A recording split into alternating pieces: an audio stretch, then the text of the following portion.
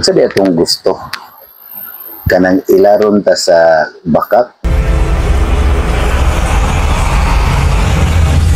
Teachers urged to stop shaming students amid comprehension crisis. Kita mo ni sa post ni sa GMA pag July 31. Kay students are often shamed instead of supported in the classroom.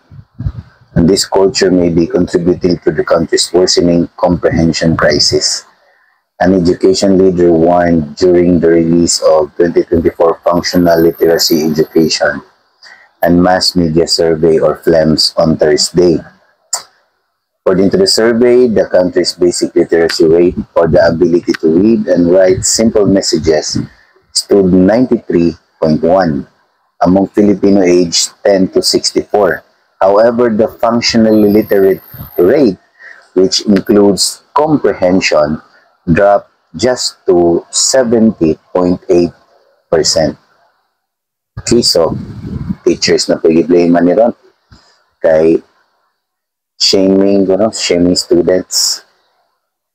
Sa di atong gusto kanang ilaron ta sa bakak ng may ka mo basag sagdi ato nang isulti example may nga ng bata 1 plus 1 equals 3 niya dili mi pwede mo yun wrong kay mawawa ng bata. Mas importante pa nato ang iyang debate kaysa objective nga truth. Mo nang dili mo katon. Ang mo pag-expect na makaton ng bata. Kaya imbis among ipahibalo nga nasayop siya aron masakto siya, shaming man ang inyong interpretation sa gipahibalo ka nga sayop imuhang gisulti or sayop iyang gibasa. Kung shaming ang pagsulti sa tinuod, mo nang dili makatunog basa kay atom lang bulatiko ng bata. Oh, very good. Kintay yung ang bata ni basa ha nga ice cream for sale. Nga, wa mo siya kasabutan to. Ang ira na ibuan nga ice cream para na ni Sally.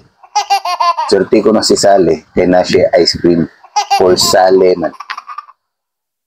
So mo ano na ta, very good, very good. Kaya kung ato yung dili, pataka, di mo na ingana, good. Meaning, baligya ang ice cream. Ice cream for sale. Niya, mauwawa niya ang bata. So ano pag-expect na matarong? Dili mo na shaming. Dili siya shaming. Nauwawa na ang bata kay uwaw magid ang kumasayop ka.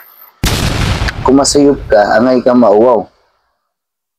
Ang ganang pagkauwaw, appeal na sa itong pagkatao. Reaction na kay naay mali.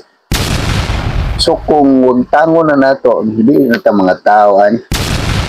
Ginahan ta og mga taong walay uwaw. Na di na kabaw mo bisag sayo pang gibuhat. Bisag lantara na nga sayo pang gibuhat, dili pagyapon nato pakauwawan or magamping ka sa gisulti kay basi mauwawan ng nakasalimuhan ka na. Kung sayop sa room, sayop sa room, dili na to i-correct, kaya mawawa ng bata. Sa tapadungan ni. I don't know if you agree with me or not, kung sa inyo ikasulti yan.